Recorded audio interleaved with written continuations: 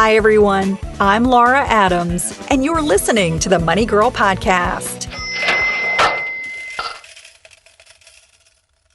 If you drive a car, you already know that most states require you to have some amount of auto insurance.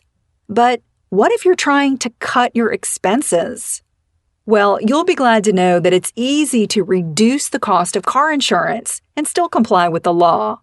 In this episode, you'll learn 5 of the best ways to save money on auto insurance while keeping the coverage you need to stay safe and protect your finances.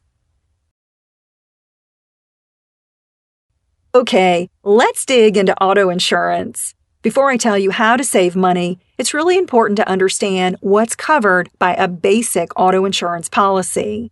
Car insurance is actually a package of 6 different types of coverage that are each priced separately. The first is collision. This pays to repair your vehicle when you have an accident with another car, even if the crash is your fault. The second is comprehensive. This pays to repair your vehicle or reimburse loss that occurs due to something other than a collision, like fire, hail, flood, vandalism, or hitting an animal. Number 3, property damage. This coverage pays for damage you caused to someone else's car or property, such as a mailbox, fence, or building.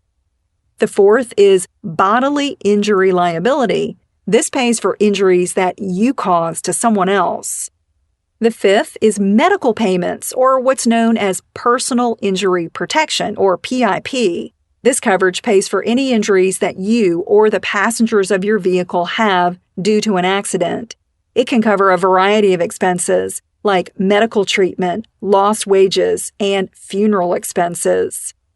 And 6 is uninsured and underinsured motorist coverage. This pays when you're in an accident with a driver who doesn't have auto insurance. It also covers you when the driver has it, but not enough to cover your loss. It also protects you from a hit and run. Now that you know the specific coverages that auto insurance gives you, you can figure out what you really need to pay for. So, tip number 1 is assess your insurance needs. Let's say you buy a beautiful brand new BMW. On your way to work, you get caught in a terrible thunderstorm. All of a sudden, hail the size of a golf ball starts bouncing off your car and leaves hundreds of dents from bumper to bumper. If you don't have enough savings to repair that kind of damage, then you definitely need comprehensive coverage. What if you get into an accident? Well, if you couldn't afford to replace your car if it were totaled, then you need collision coverage. But if you have an older car that's paid for, consider dropping collision and comprehensive. A good rule of thumb is not to buy those coverages unless the annual premium is 10% or less of your car's Blue Book value. Otherwise, you'll pay more in premiums than you could ever collect in benefits. However, don't even consider dropping liability and injury coverages because if you're in a serious car accident, you could be sued for a huge amount of money. Most states have minimum requirements for how much liability coverage you must have, but it's possible that you may actually need more. For instance, if you live in Florida, your insurance must pay up to $10,000 to cover medical costs for each individual injured, or up to $20,000 per accident. You also have to have $10,000 for property damage liability and $10,000 for personal injury protection per person.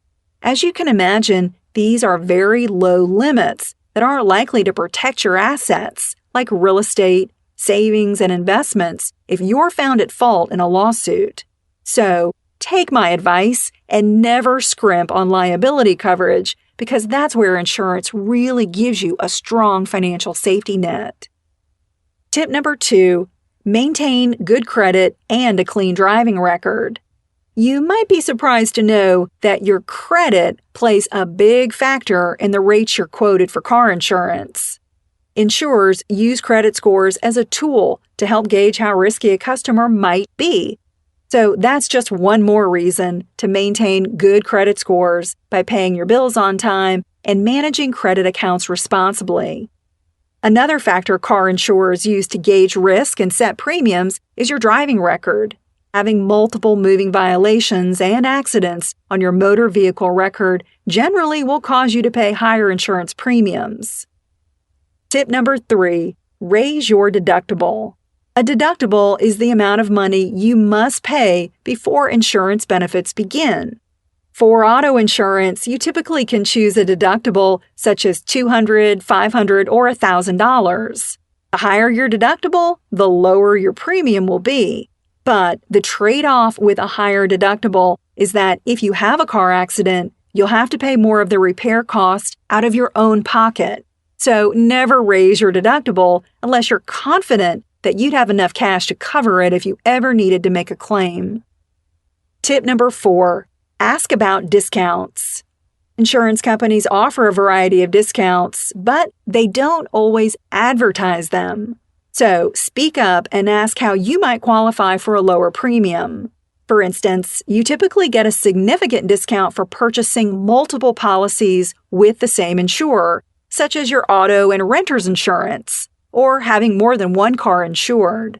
You'll also get discounts for driving a car with safety features, like anti-lock brakes or airbags, having a good driving history with few or no accidents, being a student with a high grade point average, working in certain occupations like medicine, education, or engineering, completing a defensive driving course, or even serving in the military.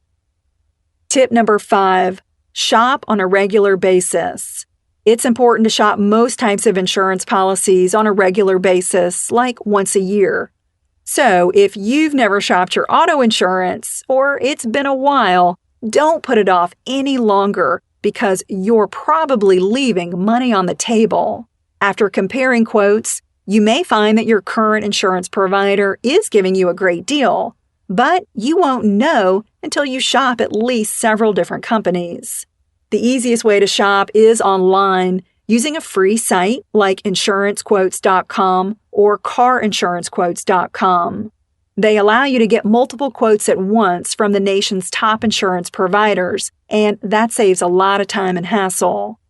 Shopping for car insurance probably isn't something you look forward to doing each year, but since it helps many people cut their expenses, I promise that comparing auto quotes is well worth the effort.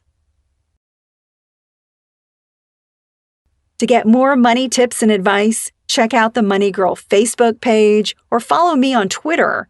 Be sure to sign up for the free Money Girl newsletter for extra content that you won't find on the podcast. There are links to everything I've mentioned on the Money Girl page at quickanddirtytips.com. You can even read a transcript of this show, which is episode number 308, called 5 Ways to Save Money on Car Insurance. I'm really glad you're listening. Cha-ching! That's all for now. Courtesy of Money Girl, your guide to a richer life.